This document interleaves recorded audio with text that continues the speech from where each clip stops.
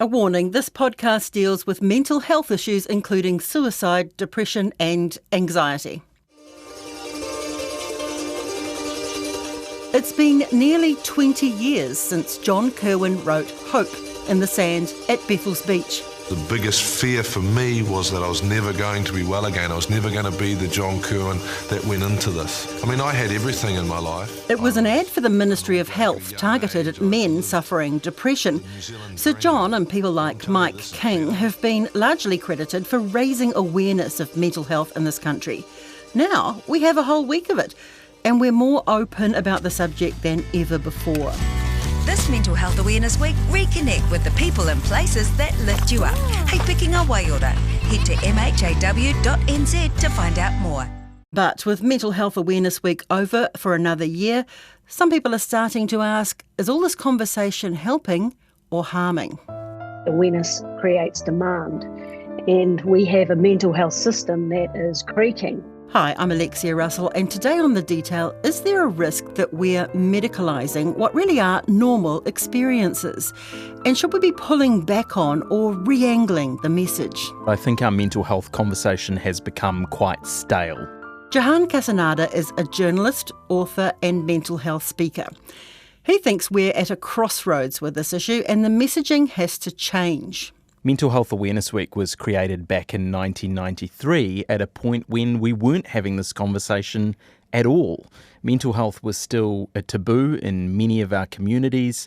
Most people had probably grown up in that take a concrete pill and harden up culture. And so it's taken many, many years for us to chip away at that. You know, I'm part of the first generation in Aotearoa to grow up with all of this messaging around mental health. So how old are you?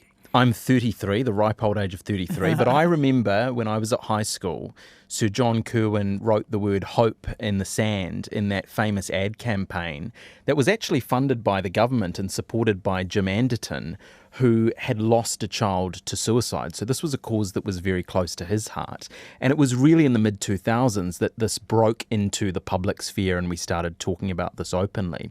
So fast forward another couple of decades and there's a whole industry, a multi-billion-dollar industry that's sprung up around well-being. And certainly during the pandemic, many businesses and organisations threw a lot at mental health and well-being because they knew, rightly, that their people would struggle during that time. But I think now we're really at a crossroads and we need to ask ourselves, how do we shift from awareness towards action? And how do we make sure, if we're talking about this stuff over and over again, that we're actually helping?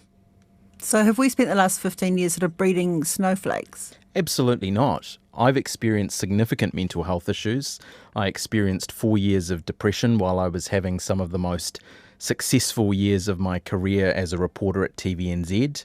I've been suicidal, I've contemplated ending my life, and I would push back very strongly against any suggestion that we've bred a generation of snowflakes. You know, when I was at high school, life was simpler in New Zealand. We all thought we would get a house in our mid-20s for $300,000. We weren't talking about climate change. We weren't talking about mental health. And certainly the generation that's come after me is dealing with a huge bunch of challenges, including the advent of technology and cyberbullying and social media and all the rest of it. And I was asked a question by someone this week, do you think that mental health is being used as an excuse? Do you think people are being able to get away with being lazy or playing the mental health card these days? I'm sure that there are people who try and do that, but I don't think that's representative of the vast majority. And are our suicide numbers still really shocking? Well, they are shocking, but they've actually flattened out. In the 2022 financial year, 538 Kiwis ended their lives. So those were suspected self-inflicted deaths. And actually what we know is that that number is 14.5% lower than the average rate over the last 13 years. Now, I think that fact will surprise many of your listeners. They probably haven't seen it on the front page of a newspaper because I don't think it's been on the front page of a newspaper. So, I think the thing that surprised a lot of us during COVID was we thought, oh my goodness, the suicide rate's going to go through the roof, right, as a result of all of these challenges. That's not what we've seen in the numbers. So, look, 1 year's data point doesn't tell you the whole story, but I've been pretty heartened heartened by the flattening out of those numbers over the last few years. I think it does show that at least some of what we're doing is working.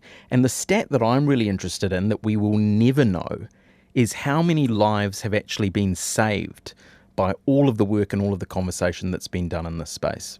Right, so, it's not a complete self-fulfilling industry. It has had a purpose, and that purpose does seem to be working. Of course, yeah. Of course. I mean, this is chronic across the Western world, right? We know that people are struggling. And so, look, there is no one-size-fits-all approach to this. There are people who have clinical distress. There are people who have life challenges that may not meet the threshold of a mood disorder, for example, under the DSM, which is the International Handbook of Mood Disorders. And then also there's just the challenges that come up as a result of what's happening in your environment. So if we're looking to try and put everybody into one category, we're really going to fail at that. And I think what we need to do is help people to navigate their challenges by seeking help and all of the stuff that we've done over the last few years. But also we need to hold people accountable. We need to make sure that they're responsible for their own mental health.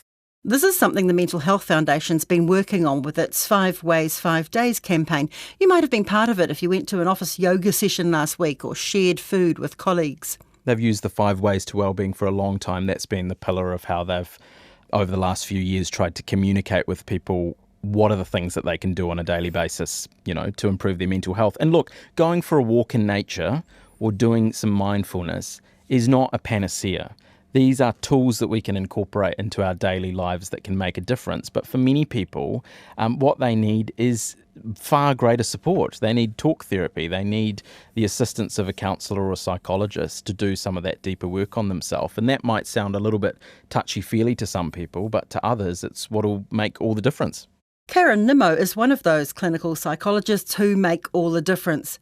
She's also on the receiving end of increased awareness of these issues. I think the whole awareness thing has been hugely helpful, particularly in especially the hard-to-reach communities like the farming, the forestry, the construction. No coincidence that those are mainly male. In terms of reducing stigma and making people feel more normal and not alone and able to reach out, and obviously it's built knowledge and all that sort of thing. But I think there is a flip side to all that awareness. As a psychologist, the first thing you're asking when Mental Health Awareness Week rolls around is, okay, so is this translating into action? Are people getting the help they need? Because obviously awareness creates demand. And we have a mental health system that is creaking under that demand. There are not enough psychiatrists, psychologists.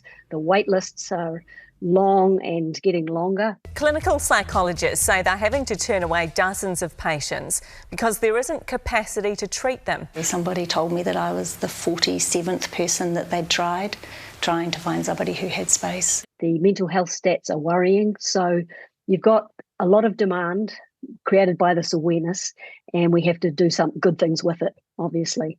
And the other thing about all the awareness, I think, is the rise of the internet.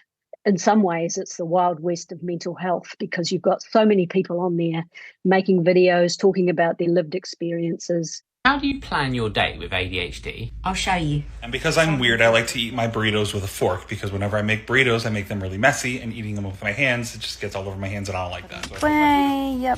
One thing about me, I have ADHD. And while that offers hope to many people, and it can give you tips on how to manage your own struggles and that sort of thing, that lived experience doesn't qualify you to diagnose or treat mental illness. It doesn't enable you to gauge safety and risk well. So there are some concerns around that sort of thing. There are a lot of people on the internet, I think, in the mental health field, perhaps for the wrong reasons. So seeking fame and money and that sort of thing. So you have to be pretty careful to separate them out. And the other thing is there is a lot of self-diagnosis around now. You can jump on the internet, you can do your research, you can do some online tests. A mental illness test is a great tool for an individual to self-evaluate their own mental health. It usually consists of a series of questions designed to determine whether or not a person is suffering from a mental illness such as anxiety, depression, or bipolar disorder. But what that does, the danger of that, is that it reduces mental health to a bunch of symptoms. Common symptoms include feelings of anxiety, sadness, or worthlessness, difficulty concentrating or making decisions, and suicidal ideation. As a psychologist, there's a whole lot more to diagnosing mental health issues or mental illness than a bunch of symptoms or lists. Things like a person's social factors, their culture, their relationships, their home life, their personal resilience, their strengths, and all that sort of thing, which is not factored in. I know there's been a massive increase in the number of TikTok videos and the like from like saying, I'm ADHD and you could be too. Things like that becoming problematic. Agreed. We've got more and more people thinking they've got conditions that perhaps they haven't, or they've just got one or two symptoms that fit the criteria. And when you get that, that can actually lead to an increase in stigma because people believe they don't fit. I've had clients get teased about their ADHD type presentations. And we're getting also, as psychologists, we're getting more and more requests for specific assessments, like because people believe they've got ADHD, they'll ask for those assessments, or OCD, those kind of things. So when they could just be like personality traits. Personality traits, or, we're all on scales of things, I think. And, we don't want to rush to slam labels onto ourselves when we don't necessarily need them, or they may not be helpful. You talked about resilience before. Do you think we have less of it now? I think in New Zealand, we've been slammed. We've had the earthquakes, we've had COVID, we've had cyclones, floods, the cost of living. There's a lot of things out there that have really tested people.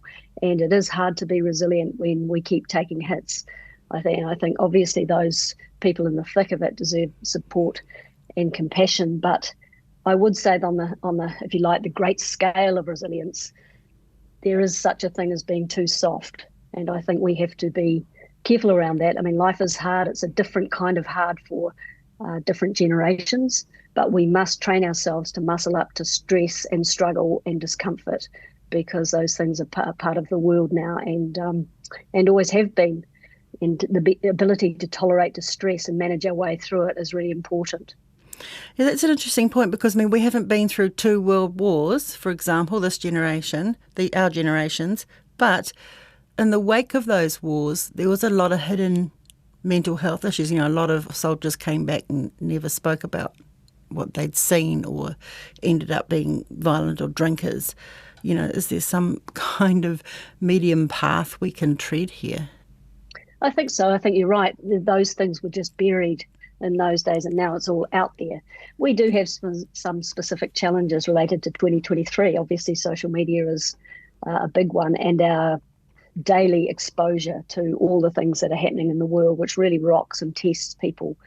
But yeah, I think we have to walk some middle ground. We don't, it's a hard thing for a psychologist to say, but I wouldn't rush to say people are too soft, but I would say sometimes we do need to be a little bit careful about separating off day-to-day struggles from clinical things, and learn and train ourselves to muscle up to difficult events, because those things are going to just keep coming, and we have to be prepared to face them. So there's a difference between feeling down to feeling depressed to clinical depression. Yeah, well, I think one of the difficulties is our mental health terminology, if you like, has become so normalised. We've got a label for everything, and it has crept into our everyday language. For example, grief has become depression. Being nervous about exams or a big sports event is performance anxiety. Wanting to stay home more than a little bit is anything on a scale from introvert to social anxiety. If you break up with someone, you often might term them a narcissist. People will talk about my OCD or my ADHD or he's on the spectrum. Things like that are really commonplace now. You'll hear people everywhere saying they've been triggered. Words such as trigger, toxic, catastrophize, and denial have become common parlance.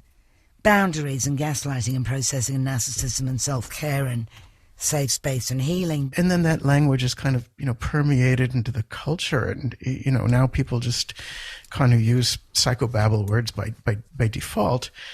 And the funny thing about them to me is people think that that's how legitimate psychotherapists speak. And it's actually not. My husband went out the other night for a drink with somebody, and he asked this man a question. And this is a man in his 60s. And he said, I can't answer that. You're triggering me, which I thought was quite interesting that that has gone that far, that it has crept into our language that much.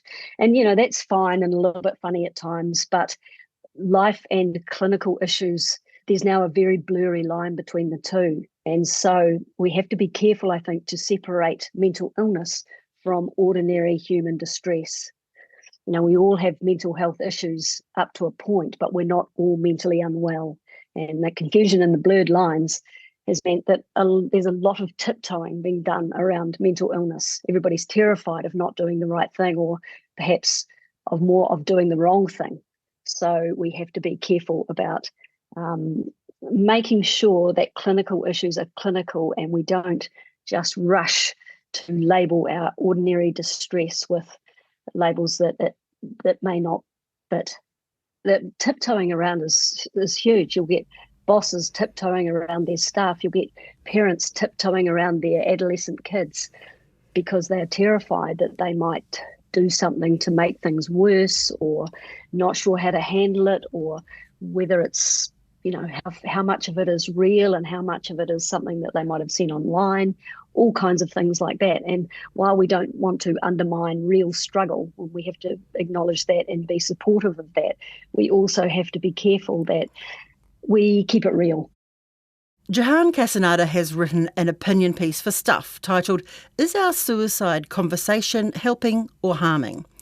It's a strong reaction to recent reporting where a coroner allowed publication of harrowing details of a teenager's last months before she killed herself.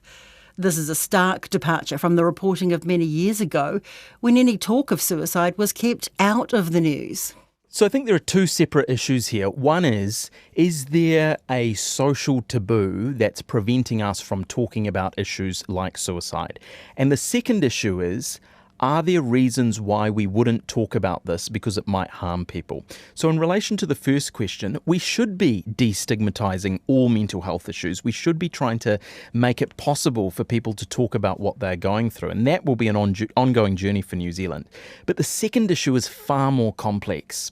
If we talk about suicide, if we draw attention to suicide, if we effectively put it on the table or we highlight it as an option that someone who is struggling might take as a way of trying to escape their pain, there's actually a lot of academic research over the last few decades that shows that can be incredibly dangerous. There's a phenomenon called suicide contagion, that when we hear about a cluster of suicides or a spate of suicides, especially among young people, especially in a small, tight-knit community, that's often what we're talking about. So there's been this long-running tussle for many years between the academics, many of whom think we shouldn't be covering this in the media, we shouldn't be highlighting it, and then those with lived experience, especially those who have lost someone to suicide, who say, we have to talk about this, we have to highlight this. And I think what we've seen in recent years is the media pushing the boundaries more, using suicide stories to advocate for more mental health coverage.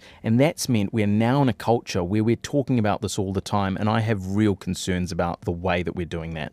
Kind of one of the ironies is that it was a coroner who said all those years ago, we should be moving away from this total ban on suicide. We need to talk about it. And now it's a coroner who's kind of incurred your displeasure in a way. Tell us about that. Absolutely. Well, back in 2006, which seems like a very long time ago now, I reported on suicide for the first time, and I interviewed that coroner, Warwick Holmes, who came out and said, look, the greatest number of my inquiries relate to suicide. The youngest victim that I've had to do an inquest for was 9 years old. We need to be talking about this. Fast forward 17 years, and I found myself really interested in this recent case of a student who took her life in a university hostel in Lincoln, down south. And the coroner in that case made a decision to make public some pretty detailed accounts of what she did in the lead up to her death, how she planned her death, stuff that I just think is incredibly unhelpful, and the research would suggest will put other people at risk. And of course the media latched onto this. There were many media organisations that picked up on this, but there was one story I saw in particular, and the headline included the words, how she meticulously planned her death. And I just found the whole thing incredibly repulsive, actually.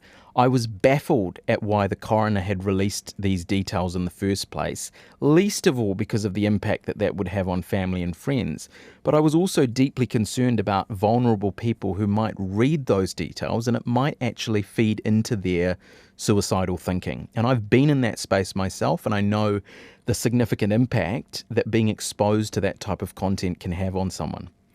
When you were in that situation, did you used to read about other cases, or did you used to think about how people would miss you when you're gone? Or Absolutely. Well, I was a journalist at the time, and I specialised in mental health reporting, funnily enough. And so I was interviewing and regularly exposed to the stories of other people who had been through this. I hosted TVNZ's first ever mental health series. I spoke to many people who'd been suicidal, so that was challenging in and of itself. But I was also really interested in how people found a way through. And that's the piece that, to me, is missing from this conversation in many contexts. I meet many people who say, the government's saying that we can't talk about suicide and we can't talk about how people do it, and we need to be out there saying suicide, suicide, suicide, this is a problem. And I think a lot of those people don't understand that banging on that drum isn't actually going to improve our mental health stats. How people find a way through mental distress is not by focusing on death. Certainly not other people's deaths, and certainly not their own death either. People get through those times by focusing on hope and focusing on life. And that might not be a sexy angle for a media story, but if we truly want to be responsible and we want to improve those statistics, we need to be highlighting stories about how suicide can be prevented. We need to talk about the strategies and the tools and the ways forward that actually bring life to people. And that was what really upset me about that coroner's inquest, is that I read the report and there wasn't a single recommendation that she made about how that death can be prevented. And that goes against the Ministry of Health's and the Mental Health Foundation's media reporting guidelines. There's been a lot of conversation about that in the last few years. We should do better. And yet we knew so much about how she did it and how she was feeling and how she hid it. And I wonder what we're trying to achieve with those stories, And look, I'm still a journalist. I understand what people click on and what they're interested in. And I'm sure there's journalists listening to this who say, look, it's not our job to go out there and wear a social responsibility badge. We're simply there to tell the facts. This is what happened and this is how it happened. And I get that. But this is a matter of life and death. This is not a real estate story that we're talking about. We're talking about the fact that our work can have a significant impact on people. And so I do think we need to be more careful about how we tell these stories. And frankly, if we're honest, I think a lot of people click on these stories for the same reason that they click on true crime stories, which is that it's a form of grief porn, as we talk about it in the media. There is something voyeuristic about this. When we look at the misery that other families go through, I think it's our curiosity, it's our sense of intrigue, and also it makes us feel a little bit more comfortable in our own lives. So we really need to look at our own motivations if we're going to pay attention to these stories and think, why am I actually paying attention to this? The headline of your opinion piece was, is our suicide conversation helping or harming? Where do you fall now on that? Well, I think for many years it did help because it put suicide into the public arena. By talking about the people that we'd lost, by talking about the families that had been affected, we made politicians sit up and notice, we made businesses realise that many of their employees were struggling, and we actually brought this topic into the mainstream.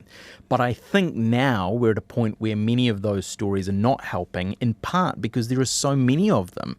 It just feels like we're saturated by stories about other people's distress and other people's challenges.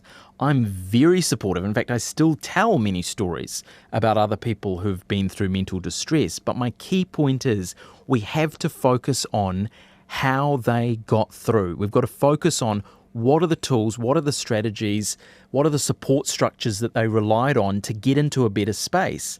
I don't think it's helpful if we fixate on suicide itself, the pain of it, the tragedy that it causes. I do think it's helpful if we use that to have a conversation about how we can prevent it and how we can make sure that people are well. That's it for today. I'm Alexia Russell. The details supported by the Public Interest Journalism Fund. This episode was engineered by Jeremy Ansell and produced by Bonnie Harrison and Mark Jennings. Thanks to Jahan Casanada and Karen Nimmo. Mā te wā.